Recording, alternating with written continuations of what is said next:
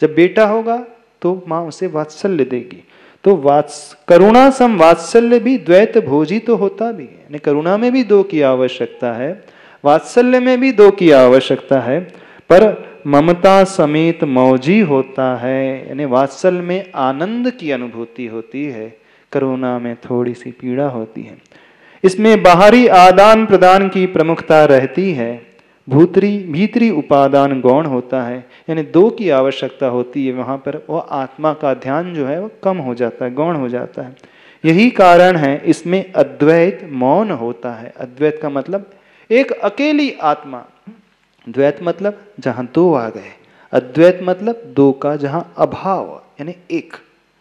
यहाँ जहाँ सिर्फ एक आत्मा का ध्यान होता है वो अद्वैत कहलाता है। तो वात्सल्य और करुणा में दोनों में दो की आवश्यकता होती है, वहाँ पर अद्वैत यानी आत्मा का ध्यान जो है गौण हो जाता है, वो मौन होता है। सहधर्मी सम आचार विचारों पर ही इसका प्रयोग होता है। इसकी अभिव्यक्ति मृदु मुस्कान के बिना संभव ही नहीं है। वात्सल्य रस के आस्वादन में हल्की सी मधुरता, फिर क्षणभंगुरता झलकती है। ओस के कणों से नहीं प्यास बुझती न आस, बुझता बस श्वास का दिया वह। फिर तुम ही बताओ वात्सल्य में शांत रस का अंतर्भाव कैसा। बात यदि समझ में नहीं आ रही है तो तीन चीजों का वर्णन यहाँ पे चल रहा है, एक करुणा रस, एक शांत रस और तीसरा वात्सल्य रस। तीनों एक जैसे ही प्रतीत होते हैं पर तीनों में बहुत अंतर है। आचार्य भगवान वो कहना चाह रहे हैं। भगवान हम तब बनते हैं जब सिर्फ आत्मा का ध्यान यानी शांत रस का आलम्बन लिया जाता है। करुणा रस में भी और वात्सल्य में भी दो का आलम्बन होता है। करुणा थोड़ी सी बाहर की प्रवृत्ति को लेकर के होती है, वात्सल्य थोड़ी सी उससे अंतरंग प्रवृत्ति को लेकर के होती है, लेकिन वहां भी सिद्धत्व की प्राप्ति नहीं हो सकती। सहधर्मी सम आचार विचारों पर ही इसका प्रयोग होता है। इसकी अभिव्यक्ति मृदु मुस्कान के बिना संभव ही नहीं है, यानी वात्सल्य होगा तो माँ की अधरों पर मुस्कान अवश्य आएगी। वात्सल्य रस के आस्वादन में हल्की सी मधुरता, फिर क्षणभंगुरता, कुछ समय के पश्चात वो नष्ट हो जाता है, वो मुस्कान चली जाती है। कैसे? एग्जाम्पल आचार्य भगवान दे रहे हैं। ओस के कणों में नहीं प्यास बुझती है न आस। ओस जो होती है प्रातः काल की बेला में, उससे अपन प्यास नहीं बुझा सकते और न ही वहां पर किसी आशा की तृप्ति होती है। बुझता बस श्वास का दिया वह, यानी कुछ क्षणों के पश्चात वह ओस जो है, बूंद है उसकी विलीन हो जाती है, अपने आप को खो देती हैं, नष्ट हो जाती हैं। ऐसे ही वात्सल्य भी कुछ समय पश्चात समाप्त हो जाता है, लेकिन शांत रस ऐसा है वो हमेशा के लिए रहता है। फिर तुम ही बताओ वात्सल्य में शांत रस का अंतर्भाव कैसा। समझ में आ रहा है विषय? कठिन तो नहीं लग रहा? हाँ। माँ की गोद में बालक हो, माँ उसे दूध पिला रही हो, बालक दूध पीता हुआ ऊपर माँ की ओर निहारता अवश्य। अधरों पर, नयनों में और कपोल युगल पर क्रिया प्रतिक्रिया की परिस्थिति प्रतिफलन किस रूप में है, परीक्षण चलता रहता है। यदि करुणा या कठोरता नयनों में झलकेगी, कुछ गंभीर हो, रुदनता की ओर मुड़ेगा वह। अधरों की मंद मुस्कान से यदि कपोल चंचल स्पंदित होते हों, उसका लेगा वह।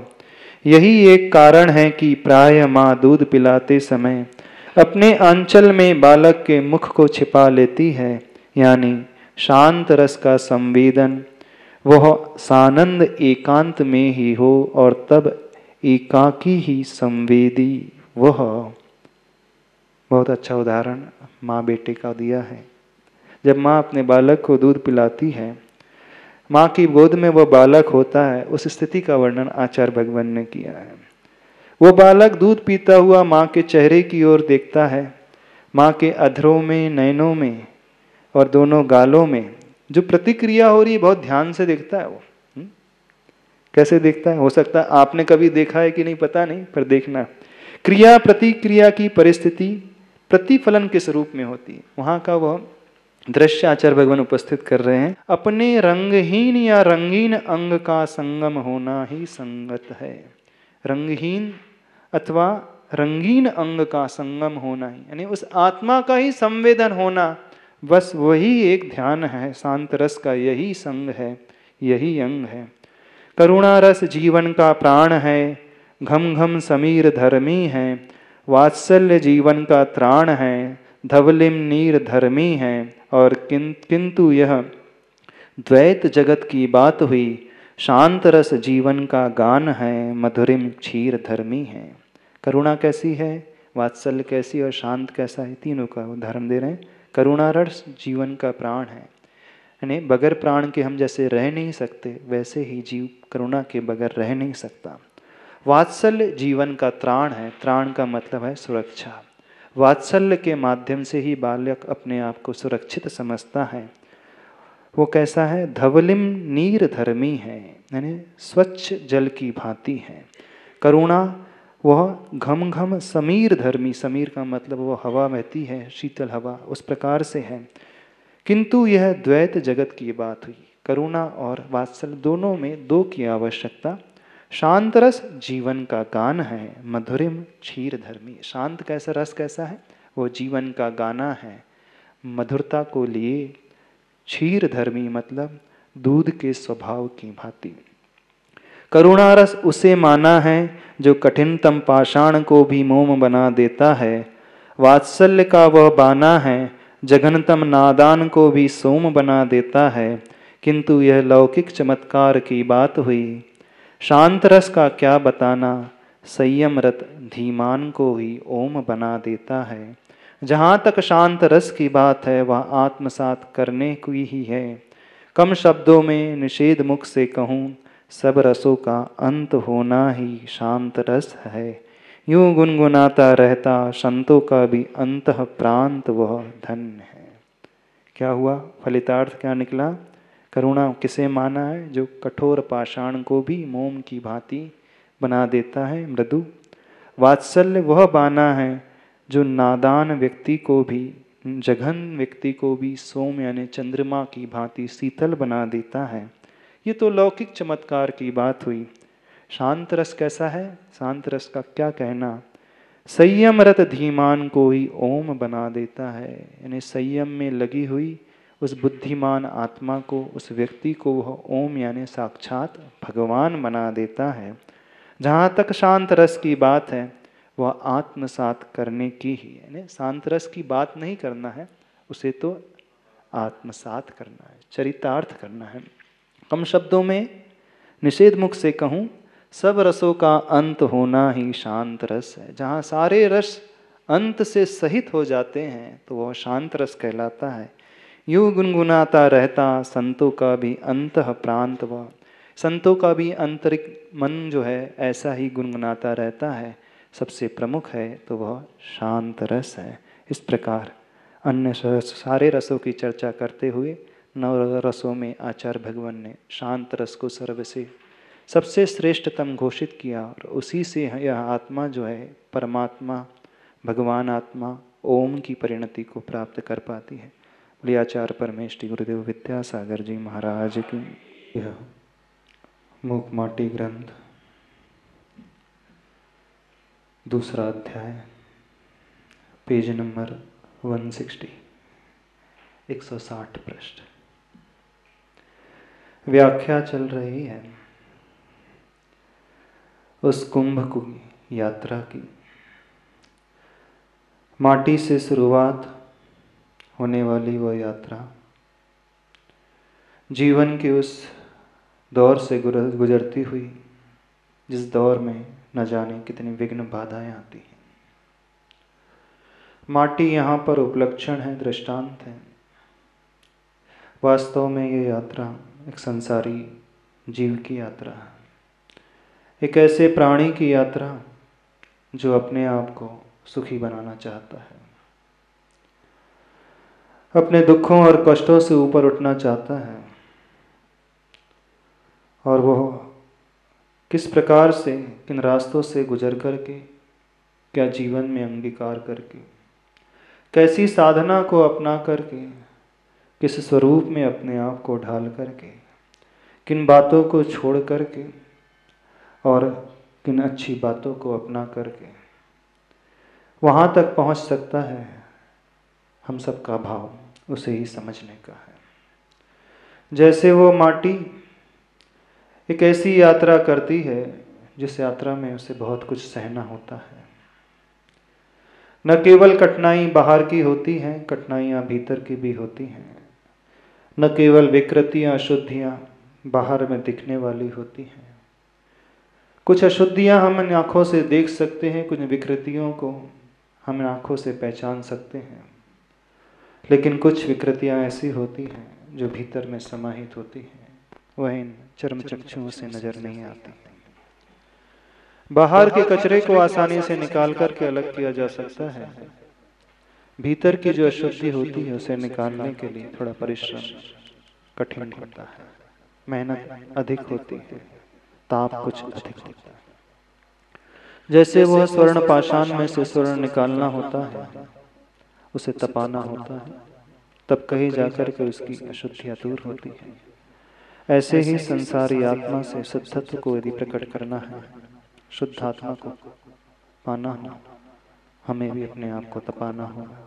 हमारे भीतर की अशुद्धि जो इस प्रकार से समाहित हो चुकी हैं कि हम अपने मूल स्वरूप को भूल चुके हैं, और जो इस अस्वस्थ अवस्था को ही, इस रुग्ण अवस्था को ही अपना स्वरूप मान करके, स्वभाव मान कर अपने भविष्य को बहुत उज्जवल बनाना चाहता है, सुखी होना चाहता है, लेकिन वो इस मूल तथ्य को नहीं समझ पाता कि हमारा जीवन सुखी होगा कैसे, जब तक हमारे भीतर से वो भीतर में समाहित रहने वाली वो अशुद्धियाँ, वो जो अशुद्धियाँ दिखलाई नहीं देती आँखों से, वह श्रद्धा का विषय बनती है, वह दूर नहीं।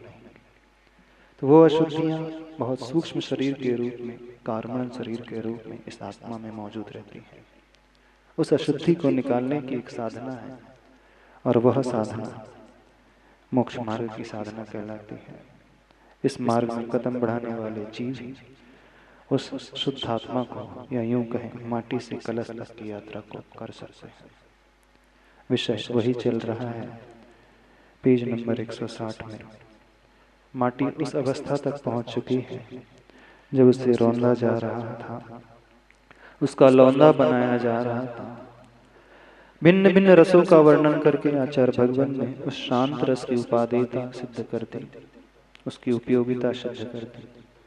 9 रसों में अन्य सारे रस रसहीन होते हैं, रंगहीन होते हैं, रस रहित होते हैं, लेकिन संसारी व्यक्ति, संसारी प्राणी बाहर के रस को ही रस मानता है। एक रस भीतर का होता है, उस रस को स्वीकारता नहीं।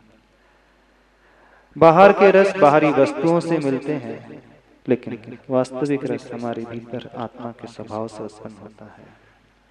जब हम बाहर उसे खोजना चाहेंगे तो हम पराश्रित होंगे, लेकिन जब हम उसे भीतर उद्घाटित करने की कोशिश करेंगे तभी हम स्वाश्रित होंगे, अपनी आत्माश्रित होंगे।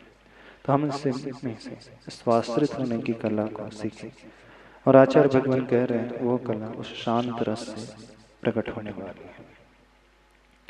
आगे चलते हैं आचार्य भगवान द्वारा लिखी हुई इस कविता को।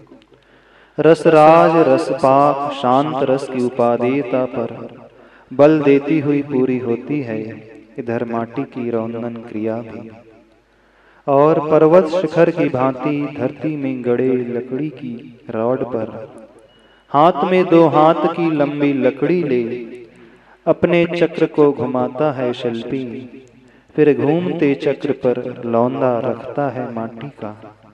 लौंदा भी घूमने लगता है चक्रवत तेज गति से कि माटी कुछ कहती है शिल्पी को। श्री धातु गति के अर्थ में आती है, सम यानी समीचीन, सार यानी सरकना। जो सम्यक सरकता है वह संसार कहलाता है। काल स्वयं चक्र नहीं है, संसार चक्र का चालक होता है वह। यही कारण है कि उपचार से काल को चक्र कहते हैं। इसी का यह परिणाम है कि 4 गतियां 84 लाख योनियों में चक्कर खाती आ रही है। लो आपने कुलाल चक्र पर और रख दी इसे, कैसा चक्कर आ रहा है, घूम रहा है माथा इसका, उतार दो इसे, तार दो। बात समझ में आ रही है? यात्रा कैसी आगे बढ़ रही है। आपने यदि उस कुंभकार को देखा होगा जब वो घड़ा बनाता है, एक चक्र के ऊपर रख करके उस माटी के लौंदे को, उस चक्र को घुमाता है किसी लकड़ी से। अब वर्तमान में साइंस का जमाना है, अब वह वाली पद्धति थोड़ी कम हो रही है। अब तो एक मशीनरी आ जाती है, वो मशीन उसे घुमाती है। यदि आपने लेथ मशीन देखी होगी, जो साइंस के स्टूडेंट से जानते हैं, वह घूमती है, फिर शिल्पी उसमें से जो भी आकार उभारना चाहे उसमें से प्रकट कर देता है। ऐसे ही वह कुंभकार जमीन में एक वस्तु को गाड़ता है। वो नुकीली वस्तु होती है जो कील की भांति होती है, और उस कील के ऊपर उस चक्र को, उस चाक को रखता है, और चाक को एक बड़ी लकड़ी से घुमाने की कोशिश करता है, और घुमा करके उसे छोड़ देता है, उस पर लौंदा रखता है, और उसके लौंदे के ऊपर कुछ आकार देने की कोशिश करता है। वर्णन उसी का चल रहा है। रसराज रसपाक शांत रस की उपाधिता बल देती हुई पूरी मान होती है। इधर मांटी की रौंदन क्रिया भी, यानी अब प्रक्रिया घड़े बनने की प्रारंभ हो चुकी है। पर्वत शिखर की भांति धरती में गड़े लकड़ी की रॉड पर हाथ में 2 हाथ की लंबी लकड़ी, वो एक लंबी लकड़ी से उसे घुमाता है। अपने चक्र को घुमाता है शिल्पी, फिर घूमते चक्र पर लौंदा रखता है माटी का। लौंदा भी घूमने लगता है चक्रवत तेज गति से। जिस स्पीड से वो चक्र घूम रहा है उसी स्पीड से वो मिट्टी का लौंदा भी घूमता है। अब संवाद यहाँ से शुरू हो रहा है कि माटी कुछ कहती है शिल्पी से। जिस संसार को आप देखते हैं उस वास्तव में संसार बनता कैसे है, उसी का वर्णन आचार्य भगवान कहते हैं। संसार शब्द संस्कृत की श्री धातु से बना है। धातु का अर्थ होता है, जैसे इंग्लिश में वर्ब होता है, क्रिया होती है, संस्कृत में उसे धातु कहते हैं। श्री धातु में सम उपसर्ग लगता है, यानी समीचीन रूप से सार यानी सरकना। जो सरकता है, जो मूव होता है, जो बहता है, जो आगे बढ़ता है, वह संसार कहलाता है। उस मूवमेंट के लिए एक वस्तु की आवश्यकता होती है, एक आधार की आवश्यकता होती है। जैसे वह शिल्पी, वह कुंभकार उस चक्र के मूवमेंट के लिए एक कील के ऊपर उसे रखता है, ऐसे ही हमारा भी एक संसार होता है। हर संसारी व्यक्ति का एक संसार होता है, और वह संसारी व्यक्ति संसार में घूमता हुआ आ रहा है। 4 गतियों में और 84 लाख योनियों में परिभ्रमण करता हुआ आ रहा है। उस कुंभकार के लिए वो कील, वो लकड़ी की हो गई, लेकिन हमारे संसार की कील जानते हैं कौन सी? हमारे संसार की कील है काल रूपी एक द्रव्य।